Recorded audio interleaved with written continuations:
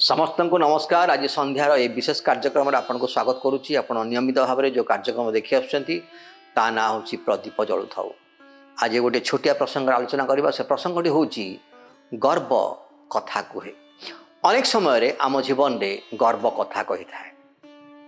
आपण कौन जड़े गर्वी व्यक्ति कि आपण केबे गर्व सहित संघर्ष करती कि ए प्रकार अनेक प्रश्न मौलिक प्रश्न आम सम्मुखर आज उपस्थित होता है। यह एक मौलिक प्रश्न जहाँकि आम कि प्रकार उत्तर दौ से विषय में सावधान हवा उचित। गर्व सहित एक विडंबना अच्छी जोठारे गर्वी व्यक्ति प्रायतः निजको नम्र बोली भावती एवं नम्र व्यक्ति प्रायतः भावती से माने गर्वित बोली। आम अनेक समय देखू जोठारे गर्वी व्यक्ति निजको अति नम्र भाव में अन्य मान निकट में प्रदर्शन करती सेठारे जड़े नम्र व्यक्ति भावती प्रायतः से जीवन में गर्व अच्छी। आज आम गर्वर समस्या विषय कहूचु एवं उभय ख्रीष्टीय और अणख्रीष्टीय मान यह एक बड़ चैलेंज एक बड़ समस्या बा एक अनेक बड़ कथा पारे। जड़े प्रभुंकर दास जॉन स्टट से परी लेखती से कहती आमर ख्रीष्टीय जीवन यात्रार प्रत्येकटी विकासर प्रत्येकटी पर्यायर एवं आमर ख्रीष्टियन जीवन यात्रार शिष्यतर प्रत्येकटी क्षेत्र में गर्व होची सबुठारु बड़ शत्रु एवं नम्रता आमर सर्वश्रेष्ठ बंधु अटे। ईश्वर गोटे विषय को घृणा करती ताहा होची गर्व। जहाँ हितोपदेशकार 8 अध्याय 13 लिखा जाए। कौन लिखा जाए? सदाप्रभु विषय का भय मंदता प्रति घृणा और अहंकार और दाम्भिक और कुपथ और कुटिलमुख मु घृणा करे। से कौन लिखुंट ना सदाप्रभु विषय का भय मंदता प्रति घृणा अहंकार और दाम्भिकता और कुपथ और एवं कुटिलमुख मु घृणा करे। एवं एक भल कार्य विषय आम अनुभव करिपरिबा जहाँ गालातिया तार 6 अध्याय 4 लिखा जाए। किंतु प्रत्येक जन अपना कर्म परीक्षा करू। से कौन लिखुंट किंतु प्रत्येक जन अपना कर्म परीक्षा करू तेबे से अन्य सहित आपना को तुलना करने द्वारा दर्प न करी केवल निज ठारे दर्पर कारण पाइब। तो आमर कौन प्रियजन बा बंधु बांधव कौन प्रकार सफलता अनुभव करती जीवन से सफल हुंती आम अनेक समय गर्व अनुभव करूँ। आत्मधार्मिकता किंबा अहंकार जेकोस प्रकार गर्व जहाँ आम जीवन में प्रवेश करे ताहा होची पाप अटे एवं ईश्वर यह घृणा करती कारण यह तांको खोजिबारे बाधा सृष्टि करे। यह तांको निकट को जीवारे बाधा सृष्टि करे कारण गर्व कथा कही थाए। तेणु आज प्रसंग होची गर्व कथा कहे।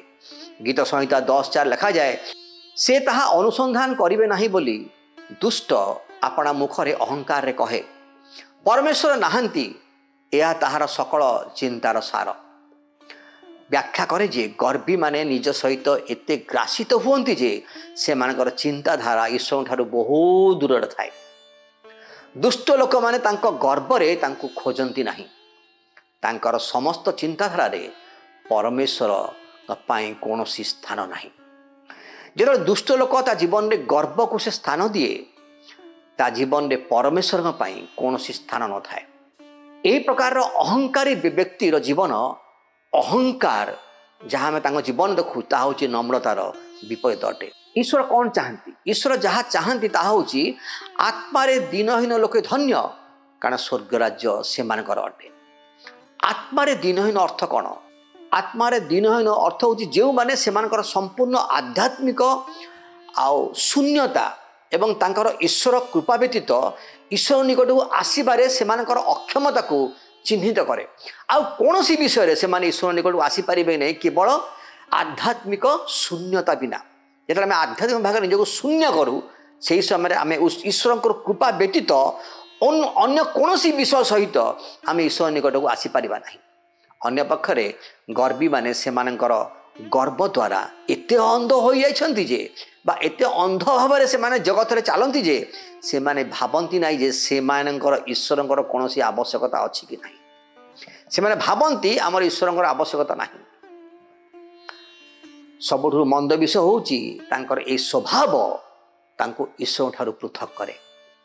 ଆଉ ଈଶ୍ୱର ତାଙ୍କୁ ଯେଉଁଭଳି ଭାବରେ ଗ୍ରହଣ କରିବା କଥା ତାଙ୍କୁ ସେ ପ୍ରକାର ଭାବରେ ଗ୍ରହଣ କରିପାରନ୍ତି ନାହିଁ, କାରଣ ସେମାନେ ଈଶ୍ୱରଙ୍କର ଗ୍ରହଣର ଯୋଗ୍ୟ ହୋଇପାରନ୍ତି ନାହିଁ।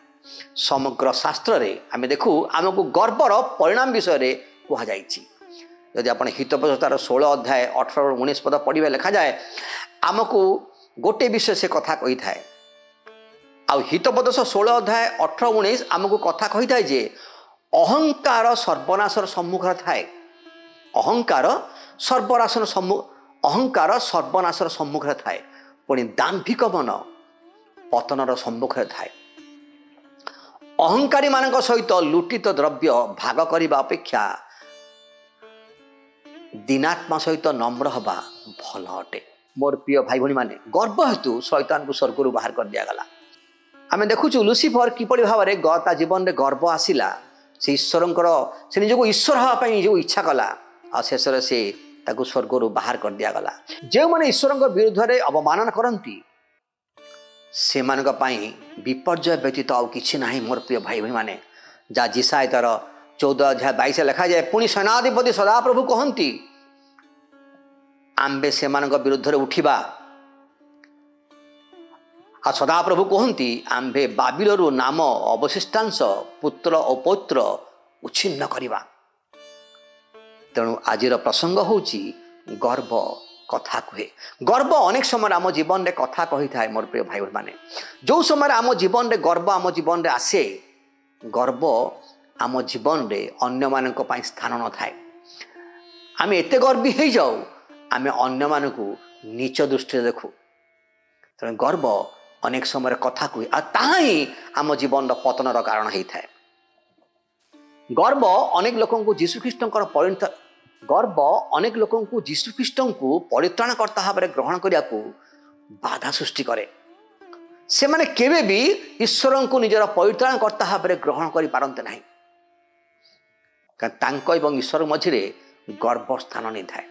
ପାପ ସ୍ୱୀକାର କରିବା ଏବଂ ପାପ ସ୍ୱୀକାର କରିବା ଦ୍ୱାରା ଆମେ ଈଶ୍ୱରଙ୍କ ନିକଟବର୍ତ୍ତୀ ହୋଇପାରିବା, କାରଣ ଆମେ ନିଜ ଶକ୍ତିରେ ଆମେ ଅନନ୍ତ ଜୀବନ ପାଇବା ପାଇଁ କିଛି କରିପାରିବା ନାହିଁ। ନିଜ ଶକ୍ତି, ନିଜ ବଳ, ନିଜ ସାମର୍ଥ୍ୟରେ ଆମେ ଅନନ୍ତ ଜୀବନ ପାଇପାରିବା ନାହିଁ। ଗର୍ବିତ ଲୋକମାନଙ୍କ ପାଇଁ ଏକ ଅବିରତ ଝୁଣ୍ଟିବାର ବିଷୟ ଅଟେ ତାହା। ଗର୍ବ ହେଉଛି ଗର୍ବିତ ଲୋକମାନଙ୍କ ପାଇଁ ଅବିରତ ଝୁଣ୍ଟିବାର ବିଷୟ ଅଟେ। ଆମେମାନେ ନିଜ ବିଷୟରେ ଗର୍ବ କରିବା ଉଚିତ ନୁହେଁ। ମୋର ପ୍ରିୟ ଭାଇ ଭଉଣୀମାନେ, ଯଦି ଆମେ ଗର୍ବ କରିବାକୁ ଚାହୁଁ ତେବେ ଆମେ ଈଶ୍ୱରଙ୍କର ଗୌରବର ପ୍ରଚାର କରିବା। ଈଶ୍ୱରଙ୍କ ପାଇଁ ଆମେ ଗର୍ବ କରିବା।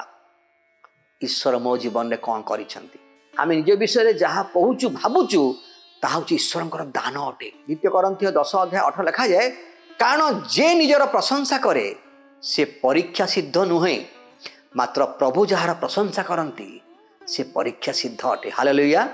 କ'ଣ ଲେଖାଯାଏ? କାରଣ ଯିଏ ନିଜର ପ୍ରଶଂସା କରେ ସେ ପରୀକ୍ଷା ସିଦ୍ଧ ନୁହେଁ, ମାତ୍ର ପ୍ରଭୁ ଯାହାର ପ୍ରଶଂସା କରନ୍ତି ସେ ପରୀକ୍ଷା ସିଦ୍ଧ ଅଟେ। ଗର୍ବ କାହିଁକି ଏକ ପାପପୂର୍ଣ୍ଣ ପ୍ରବୃତ୍ତି ଅଟେ? ଗର୍ବ ହେଉଛି ଏକ ପାପପୂର୍ଣ୍ଣ ପ୍ରବୃତ୍ତି ଯାହା ଆମ ଜୀବନ ମଧ୍ୟରେ ଆମକୁ ନଷ୍ଟଭ୍ରଷ୍ଟ କରିଦିଏ। ଈଶ୍ୱର ଯାହା କରିଛନ୍ତି ତାହା ପାଇଁ ଗର୍ବ ନିଜକୁ ଶ୍ରେୟ ଦିଏ।